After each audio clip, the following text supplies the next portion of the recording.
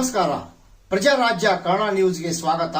ನಾನು ರಾಮಗೌಡ ಪಾಟೀಲ್. ಇನಾಮದಾರ್ ಕಾರ್ಖಾನೆಯ ನಿರ್ಲಕ್ಷ್ಯತೆಯಿಂದ gas blast ಆಗಿ 8 ಕಾರ್ಮಿಕರು ಮಣ್ಣಲ್ಲಿ ಮಣ್ಣಾಗಿದ್ದು ಬೈಲಹೊಂಗಲ ತಾಲೂಕಿನ ಚೆನ್ನಮ್ಮ ಸರ್ಕಲ್ನಲ್ಲಿ ಮೃತ ಕುಟುಂಬಕ್ಕೆ 1 ಕೋಟಿ ಪರಿಹಾರ ಕೊಟ್ಟು ಅವರ ಮನೆಯವರನ್ನ ಮತ್ತೆ ಕೆಲಸಕ್ಕೆ ತೆಗೆದುಕೊಳ್ಳಬೇಕೆಂದು ಬೃಹತ್ ಪ್ರಮಾಣದ ಹೋರಾಟ. ರೈತ ಸಂಘದ ಅಧ್ಯಕ್ಷ ಚುನ್ನಪ್ಪ ಪೂಜಾರಿ. ರಾಮಗೌಡ ಪಾಟೀಲ್, ಪ್ರಜಾರಾಜ್ಯ ಕನ್ನಡ ನ್ಯೂಸ್, ಬೈಲಹೊಂಗಲ. ಈ ಕಾರ್ಖಾನೆ ಮಾಲೀಕರು ಹೋಗಿ ಅವರಿಗೆ ತಕ್ಷಣ 1 ಕೋಟಿ ರೂಪಾಯಿ ಪರಿಹಾರ ಕೂಡ ಘೋಷಣೆ ಮಾಡಬೇಕಾಗಿತ್ತು. ಇಲ್ಲಿವರೆಗೆ ಮಾಡಲಿಲ್ಲ. ಯಾಕಂದ್ರೆ ಇದು ನಮ್ದೆಲ್ಲ ದುರ್ದೈವ. ಈಗೆಲ್ಲ ನಮ್ಗೆ ಏನ್ ತಿಳ್ಕೊಂಡಾರಪ್ಪ ಅಂದ್ರ ಇವೇನ್ ಬಿಡಪ್ಪ, ಯಾರು ಕೇಳೋರಿಲ್ಲ ಹೇಳೋರಿಲ್ಲ, ಸತ್ರ ನಡೀತಾನಂತ ಕಲ್ಪನಾ 15 ಲಕ್ಷ ರೂಪಾಯಿ ಪರಿಹಾರ ಘೋಷಣೆ ಮಾಡ್ತಾರೆ. ಹಾಸ್ಬೋದಿಲ್ಲ.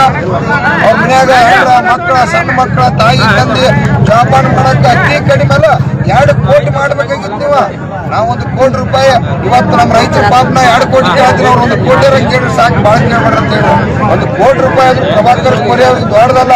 ಸಾವಿರಾರು ಕೋಟಿ ರೂಪಾಯಿ ಆಸ್ತಿ ಐತೆ, ಇನಾಮದಾರದ ಆಸ್ತಿ ಐತೆ. ಇದೆಲ್ಲ ಉಡಾಕುತ್ತಾನ ಬಿಟ್ಟ ಇಲ್ಲಿ ಶವ ಇಟ್ಟು ಬೈಲಹೊಂಗಲ ಚೆನ್ನಮ್ಮಾಜಿ ಸರ್ಕಾರ ಮುಂದೆ ನಮ್ ದುರ್ದೈವ ಕೇಳ್ರಿ. ಇದೆಂತ ಪ್ರಜಾಪ್ರಭುತ್ವ, ಎಂತ ಸ್ವತಂತ್ರ. ಜಿಲ್ಲಾಡಳಿತ ಕೂಡ ಜವಾಬ್ದಾರಿ ಇರ್ಬೇಕು, ಪೊಲೀಸ್ ಇಲಾಖೆ ಜವಾಬ್ದಾರಿ ಇರ್ಬೇಕು. ಅಂತವ್ರ ಮೇಲೆ ಕಾನೂನು ಕ್ರಮ ಕೂಡ ತಗೋಬೇಕು. ವಿಚಾರ ಮಾಡ್ರಿ. ಇವತ್ತ ನಿಜವಾಗಿ ಮಾಲಕರ ಮೇಲೆ ಆಗ್ಬೇಕು, ಮಾಲಕರ ಸೇಫ್ಟಿ ಮೇಂಟೈನ್ ಮಾಡ್ಬೇಕ. ಇವತ್ತ ಇದು ಒಂದೇ ಅಲ್ಲ, ಇನ್ನು ಮುಂದೆ ಏನಾದ್ರು ಸಣ್ಣ ಬಿಟ್ರಪ್ಪ ಅಂತಂದ್ರ ಎಲ್ಲಾ ಕಡೆ ಅನಾಹುತ ಆದ್ರೂ ಕೂಡ ಯಾರು ಕೇರ್ ಮಾಡುದಿಲ್ಲ.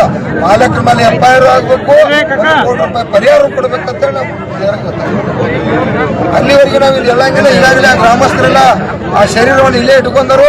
ಅವ್ರ ಜೊತೆ ನಾವು ಕೂಡ ಇಲ್ಲೇ ನೌಕರಿ ಕೂಡ ಕೊಡ್ಬೇಕ, ಕುಟುಂಬಕ್ಕ ಕಡ್ಡಾಯ ಕೊಡ್ಬೇಕ, ರಕ್ಷಣೆ ಮಾಡ್ಬೇಕ. ಬದುಕಿರೋರಿಗೆ ಕಾರ್ಖಾನೆ ಮಾಲೀಕರ ಕುಟುಂಬ ರಕ್ಷಣೆ.